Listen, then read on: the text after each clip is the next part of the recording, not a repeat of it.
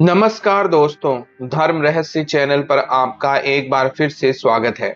आज के थंबनेल को देखकर समझ गए होंगे कि यह प्रश्न अन्य धर्म के मतावलंबियों द्वारा पूछे गए हैं हिंदू धर्म के संबंध में। और इस संबंध में प्रीति भंडारी ने पूछा है क्योंकि उनको यह प्रश्न पूछकर काफी परेशान किया जा रहा है। इसीलिए उन्होंने ईमेल के माध्यम से यह प्रश्न पूछे और जानना चाहती हैं कि इनके उत्तर क्या हैं ताकि वह इनका जवाब दे सके। तो चलिए पहले इनके प्रश्नों को पढ़ लेते हैं और फिर इनके उत्तरों के विषय में चर्चा करेंगे। सनातन धर्म कोई धर्म नहीं है, मुसलमान बन जाओ। प्रीति, पत्थर की पूजा क्यों करती हो? एक मुसलमान लड़के ने मेरा जीना हराम कर रखा है और उसने मुझसे कुछ प्रश्न पूछे हैं। प्रश्न 1, अगर महादेव भगवान है तो अपने बेटे गणेश का असली सर क्यों नहीं जोड़ सके? दूसरा, हिंदू धर्म कोई धर्म नहीं है क्योंकि ऋषियों ने वेदों में हिंदू धर्म का कहीं भी जिक्र नहीं किया है। तीसरा, ऋषियों ने पत्थरों की पूजा करने से मना किया है, मतलब भगवान नहीं है, सिर्फ अल्लाह है। चौथा, कृष्ण और राम जो पैदा हुए वो भगवान कैसे? तुम क्यों इंसानों की पूजा करते हो? पांचवा, अगर परमेश्वर निराकार है तो मंदिरों में मूर्तियां क्यों हैं? छठा, तुम्हारा कृष्ण खुद गीता में बोलता है कि परमेश्वर एक है जिसका कोई रूप नहीं है। इसका मतलब कृष्ण खुद अल्लाह की इबादत करने को बोल रहा है। न तस्य प्रतिमा अस्ति, मतलब खुद ऋषि बोल रहे हैं कि परमेश्वर का कोई रूप नहीं है, मतलब ऋषि खुद अल्लाह की पूजा की बात करते हैं। अगर भगवान नकली है तो मंदिरों में मूर्ति क्यों बनाकर पूजते हो? मेरे प्रश्नों पे वीडियो बनाइए ताकि हम मुसलमानों के सवालों के जवाब दे सके। तो देखिए यहाँ पर इन्होंने व्यक्तिगत रूप से इन पर कुछ प्रश्न पूछे गए जिसका ये उत्तर जानना चाहती है। तो चलिए शुरू करते हैं। सबसे पहले तो किसी भी व्यक्ति को उसके धर्म के प्रति भड़काना या कहना ये गलत बात होती है। आप जीवन में जिस पथ पे चल रहे हैं उस पे चलिए और दूसरे को जिस पे वो चल रहा है उस पे चलने दीजिए। आप प्रश्नों की बात करते हैं। पहला प्रश्न पूछा है कि अगर महादेव भगवान है तो अपने बेटे गणेश का असली सर क्यों नहीं जोड़ सके? तो अगर आपने कथा पूरी तरह सुनी है तभी इसका अर्थ आप समझ पाएंगे। जिन्होंने कथा सुनी ही नहीं वो तो सिर्फ एक छोटी सी घटना को ही सत्य मान लेते हैं। अगर भगवान गणेश का सर नहीं जुड़ा तो उनके सिर पर हाथी का सर कहां से आ गया? तो क्या भगवान ने एक दूसरे जीव का सर भगवान गणेश के सर पे नहीं जोड़ दिया? खुद के सर का तो जोड़ा ही जा सकता है, लेकिन किसी दूसरे का सर जिसकी प्रजाति ही अलग हो अगर कोई जोड़ दे तो वह ईश्वर हुआ कि नहीं हुआ? पहली तो बात सबसे महत्वपूर्ण यही निकल के आती है, क्योंकि शरीर को जानने वाली मस्तिष्क लेकर हर एक नस किसी दूसरे जीव की अलग ही होती है। खासतौर से हाथी की प्रजाति और मनुष्य की प्रजाति का बिल्कुल अंतर है। और रही बात कि उन्होंने ये कैसे जोड़ा, क्यों जोड़ा, तो पूरी कथा आप लोग जान सकते हैं। और उसमें यह प्रश्न हो गया था क्योंकि महादेव भगवान जो हैं वो अहंकार का नाश करने वाले हैं और भगवान गणेश के बाल्य स्वरूप में क्योंकि उनका निर्माण मल से हुआ था, यानी कि मैल से, और यह मैल माता पार्वती जब अपने शरीर पर हल्दी लगा रही थी तो हल्दी और मैल के मिश्रण से इनका जन्म हुआ था, इसलिए उनके अंदर अहंकार था। उस अहंकार का ही नाश उन्होंने उनका सिर काट कर किया था। जो उन्होंने दंड देना था, चाहे उनके लिए वह उनका पुत्र हो चाहे वह कोई और व्यक्ति हो, वह दंड देंगे ही क्योंकि संहार के देवता है। और फिर क्योंकि उनके पुत्र थे और माता ने क्रोधित स्वरूप में सृष्टि नष्ट करने का प्रयास किया तो महादेव जी ने फिर गणेश जी को हाथी का सिर प्रदान किया, क्योंकि जो हाथी था वह भी एक पूर्व जन्म में बहुत बड़ा भक्त था और महान ज्ञानवान था। इसीलिए ज्ञानवान बनाने के लिए अपने पुत्र के उन्होंने उसके सिर पर हाथी स्वरूप उस एक राक्षस के सर को जोड़ दिया जो कि महान विद्वान था और भगवान शिव का पूर्व जन्म में बहुत ही बड़ा भक्त था, इसीलिए उन्होंने सिर जोड़ दिया। तो पहली बात तो सिर जोड़ना ही कठिन कार्य है, केवल ईश्वर ही सर जोड़ सकता है ऐसा समझते हैं लोग। और किसी का कटा हुआ गला आज तक कोई दूसरा व्यक्ति जोड़ नहीं पाया है, इसीलिए भगवान महादेव भगवान ही थे, इसमें कोई शंका किसी को करने की आवश्यकता नहीं है। दूसरा प्रश्न है, हिंदू धर्म कोई धर्म नहीं है, क्योंकि ऋषियों ने वेदों में हिंदू धर्म का कहीं भी जिक्र नहीं किया है। यह बात बिल्कुल सत्य है कि ऋषियों ने हिंदू धर्म शब्द या हिंदू शब्द का कहीं उल्लेख नहीं किया है। क्यों? क्योंकि हम सनातन धर्मी हैं। असल में हिंदू धर्म बाहर से आने वाले आक्रमणकारियों, तुर्कियों, पारसियों इत्यादि लोगों ने दिया इस शब्द नाम। और ये हिंदू नहीं था बल्कि सिंधु था, क्योंकि सिंधु नदी के किनारे ही प्रारंभिक वैदिक परंपरा हमारी जो है विकसित हुई थी, इसलिए इसे सिंधु घाटी सभ्यता भी कहा जाता है। तो सिंधु सिंधु शब्द धीरे धीरे करके जब उसका रूपांतरण हुआ तो वो हिंदू हो गया। इसीलिए हिंदू शब्द का प्रयोग दूसरे धर्म के लोग करने लगे, और किसी को कोई व्यक्ति अगर नाम दे देता है तो सभी लोग फिर उसी नाम को लेते जाते हैं, बोलते चले जाते हैं, कहते चले जाते हैं। इसीलिए सिंधु से हिंदू बना और हिंदू धर्म के रूप में जाना जाने लगा है भारत देश के निवासियों को, जहां पर इस विशेष परंपरा को पालन करते थे, या वैदिक परंपरा का जो लोग पालन करते थे उसी को ही सिंधु सभ्यता वाले लोगों को हिंदू कहा जाने लगा। तीसरा प्रश्न आपने पूछा है कि ऋषियों ने पत्थरों की पूजा करने से मना किया है, मतलब भगवान नहीं है, सिर्फ अल्लाह है। पहली बात तो कहीं पर भी मना नहीं किया गया, ये शब्द तो गलत ही है, पता नहीं कहां से सुन लिया। दूसरी बात, प्रतीक पूजे जाते हैं, इसीलिए किसी भी मूर्ति की प्राण प्रतिष्ठा की जाती है, यानी कि उसमें प्राण डालने का प्रयास किया जाता है कि ऊर्जा उसके अंदर ईश्वर की आए। उसकी पत्थर को पूजा नहीं जाता है, बल्कि पत्थर के स्वरूप को मानकर एक संकेतात्मक भाषा का प्रयोग किया जाता है, और उस संकेत के माध्यम से उस निराकार पर ब्रह्म परमात्मा को पूजने का एक विधान बनाया गया है। अब क्यों बनाया गया? पहली बात, एक नियमावली है कि अगर आप निराकार स्वरूप में पूजेंगे तो उसकी पूजा में आपके अंदर प्रेम भाव कहां से आएगा? इसका स्पष्ट और सबसे बड़ा उदाहरण उद्धव संवाद में मिलता है। श्री कृष्ण लीला अगर आप जानते होंगे तो वहां पर उद्धव जी भी निराकार स्वरूप के बहुत बड़े भक्त थे, लेकिन जब वह गोपिकाओं से मिले और बातचीत की तो उन्होंने कहा कि हम कैसे अपने भगवान को खाना खिला सकते हैं, कैसे हम उसे प्यार से नमस्कार कर सकते हैं, कैसे उनके लिए अपने आंसू बहा सकते हैं, कैसे उनका चुंबन ले सकते हैं, कैसे उनको पालने में झुला सकते हैं। यह सब तो केवल एक साकार मूर्ति के रूप में ही अगर किया जाएगा तभी हो पाएगा, और इसीलिए साकार स्वरूप में पूजा करने का विधान बनाया गया। और साकार के लिए कोई ना कोई आकार देना पड़ेगा, तो संकेतात्मक रूप में सबसे मजबूत चीज जो होती है वो पत्थर की ही बनती है। तो मजबूत चीज बनाने के लिए और जल्दी प्रतिमा ना टूटे, इसके लिए ऐसा इस्तेमाल किया गया। दूसरी बात, अगर पत्थरों को, जैसे कि इल्जाम लगाया जाता है कि पत्थर को पूजते हैं हिंदू धर्म, यह बिल्कुल गलत है। अगर पत्थर को पूजते हैं तो फिर उसी मूर्ति को लोग विसर्जित क्यों कर देते हैं? वो तो हमेशा अपने पास रखेंगे, उसे विसर्जित क्यों करेंगे? आपने देखा होगा, चाहे माता दुर्गा की पूजा की जाती है, उनकी मूर्तियों को फिर जल में विसर्जित कर जाते हैं, मिट्टी में बहा दिया जाता है, मिट्टी की बनाई जाती है। उसी तरह गणेश भगवान की पूजा की जाती है, उनकी मिट्टी में बहा दी जाती है, और कोई भी मूर्ति बाद में पानी में बहा करके उसको फिर से विलीन कर दिया जाता है।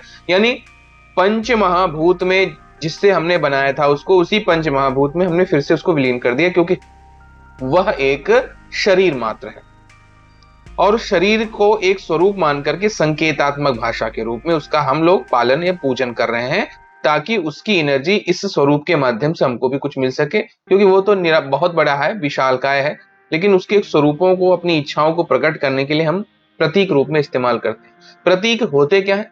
प्रतीक एक सिंबल होते हैं जो उस चीज को दिखाते हैं और उसके माध्यम से सभी लोगों को पूजा करने का एक माध्यम देते हैं। जैसे अगर हम मुस्लिम धर्म की बात किया जाए तो 786 कुरान में लिखी हुई आयतें, ये सारे सिंबल हैं। बैठने के लिए आले का इस्तेमाल करना, नीचे बैठने के लिए एक चटाई की व्यवस्था करना, हाथ को ऊपर उठाना, ये सारे सिंबल हैं। इसी तरह हिंदू धर्म में सिंबल बनाए गए, और सिंबलों की संख्या बहुत ज्यादा हिंदू धर्म में हो गई, क्योंकि यहाँ पर कोई रोक टोक नहीं है। यहाँ पर आप कैसे भी पूजा कीजिए, आपको केवल परमात्मा में लीन होना है, किसी प्रकार से खुश होकर के उसकी पूजा करनी है। अगला प्रश्न पूछा गया है कि कृष्ण और राम जो पैदा हुए वो भगवान कैसे, तुम क्यों इंसानों की पूजा करते हो? देखिए, स्पष्ट रूप से इसके बारे में भी बताया गया। ये सारे अवतार है। अवतार का मतलब होता है अवतरित होना। ईश्वर मनुष्य स्वरूप धारण करके अपने अंश रूप को धरती पर भेजता है, समाज का कल्याण करने के लिए, जैसे कि अगर अन्य धर्मों में देखा जाए तो पैगंबरों को माना जाता है।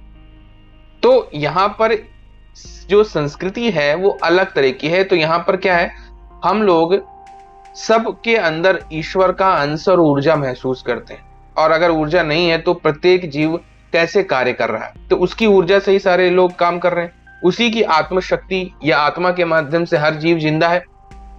इसीलिए जो महान विभूतियां हैं, जिनको अगर दूसरे धर्म के लोग अपना समझना चाहते हैं तो पैगंबर की तरह से ले सकते हैं, तो वह ईश्वर का जो अंश है वो मनुष्य रूप में जब जन्म लेता है, परमात्मा का अंश जो पृथ्वी पर आता है, तो वह इंसान के रूप में आकर जो कल्याण करता है, समाज को बदलाव देता है और बहुत कुछ सिखाता है। इसीलिए उनकी पूजा की जा रही है, वैसे ही प्रतीक रूप में। और यह पत्थर के प्रतीक से 1000 गुना बड़े हैं, इसीलिए वो और अधिक हैं। हमारे यहाँ सृष्टि के कण कण में ईश्वर का वास माना जाता है। सृष्टि को परमात्मा से अलग करके नहीं देखा जाता है, बल्कि दूसरे धर्मों में सृष्टि को अलग कर दिया जाता है, परमात्मा को अलग कर दिया जाता है। यह एक बहुत बड़ा अंतर है दूसरे धर्मों को समझने में, इसीलिए वो संस्कृति को हमारी समझ नहीं पाते। फिर अगला प्रश्न पूछा गया कि अगर परमेश्वर निराकार है तो मंदिरों में मूर्तियां क्यों स्थापित की गई हैं? इसका भी वही सीधी सी बात है कि ये प्रतीक हैं, उसे पूजने के लिए, उसके अलग अलग स्वरूपों, उसकी विशेष क्रियाकलापों, उसकी इच्छाओं, उसको अपने माध्यम से विभिन्न रूप देकर के अपनी इच्छा, अपनी संस्कृति, अपनी सोच के आधार पर पूजने के लिए एक तरीका बनाया गया है। तो वो तरीका है जिसके बारे में अभी मैंने वर्णन किया था।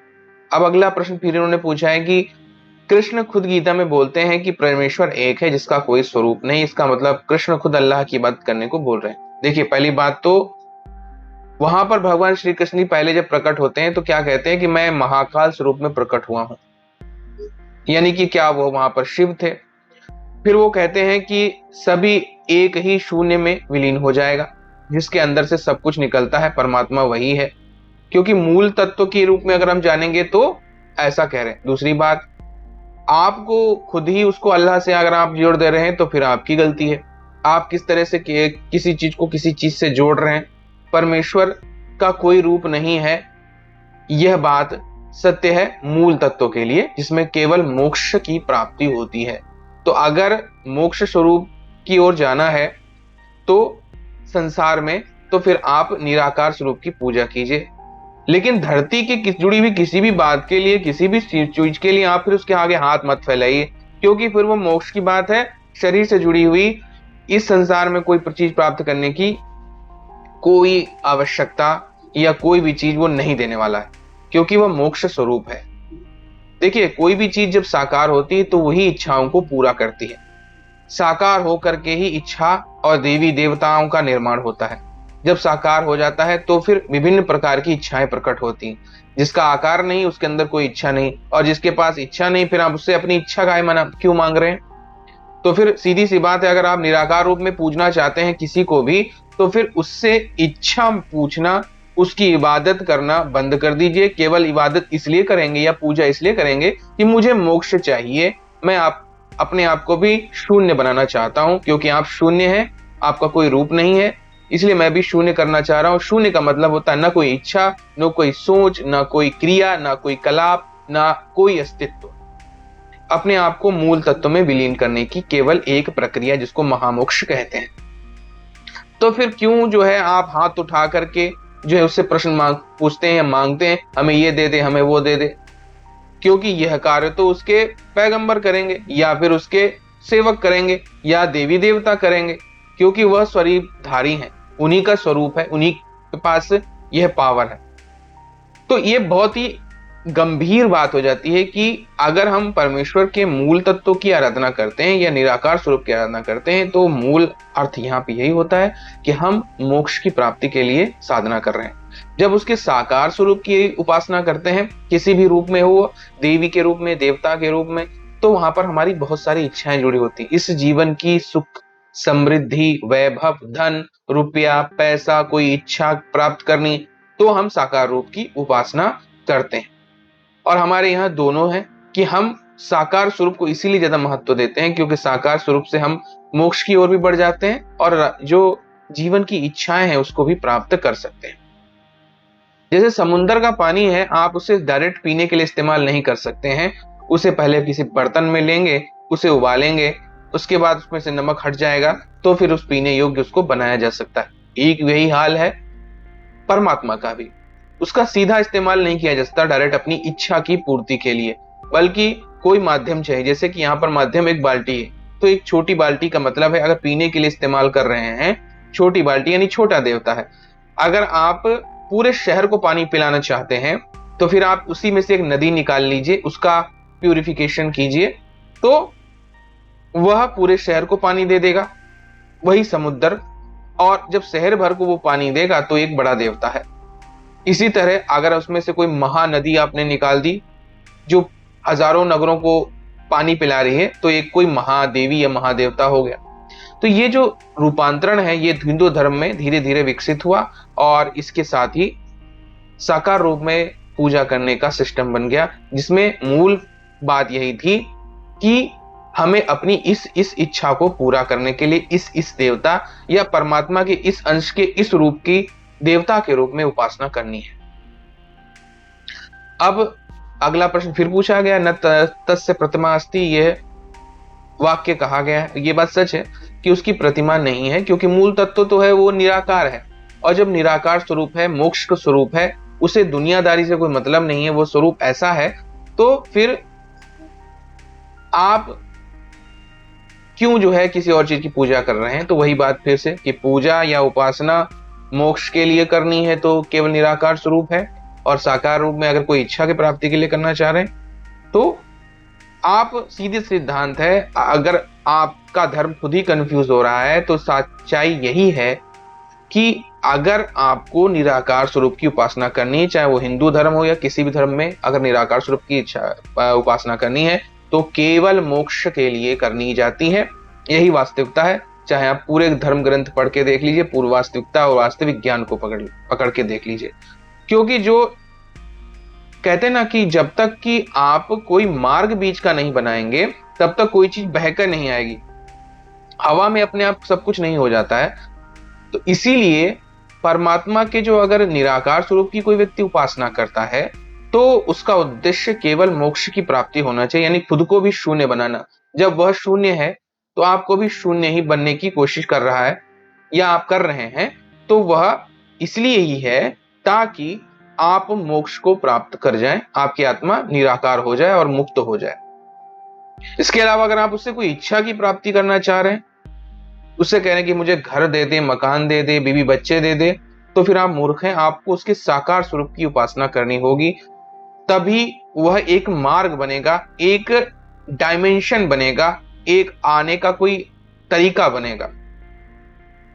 ऐसे ही सीधे सीधे कोई चीज प्राप्त नहीं होती, बीच में मार्ग बनाना पड़ता है। जैसे मैंने समुद्र के पानी का एक उदाहरण देकर समझाया।